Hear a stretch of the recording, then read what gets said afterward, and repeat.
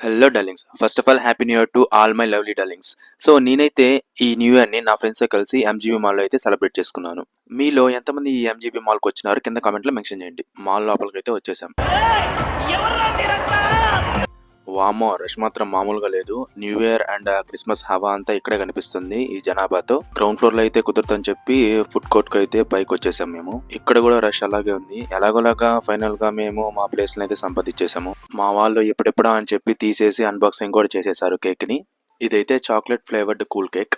ప్రతి ఇయర్ మనం లవ్ చేసిన అమ్మాయి మనతో ఉంటదో లేదో కానీ మన ఫ్రెండ్ అయితే మనతోనే ఉంటాడని చెప్పి అందరం కలిసి కేక్ కట్ చేసాం.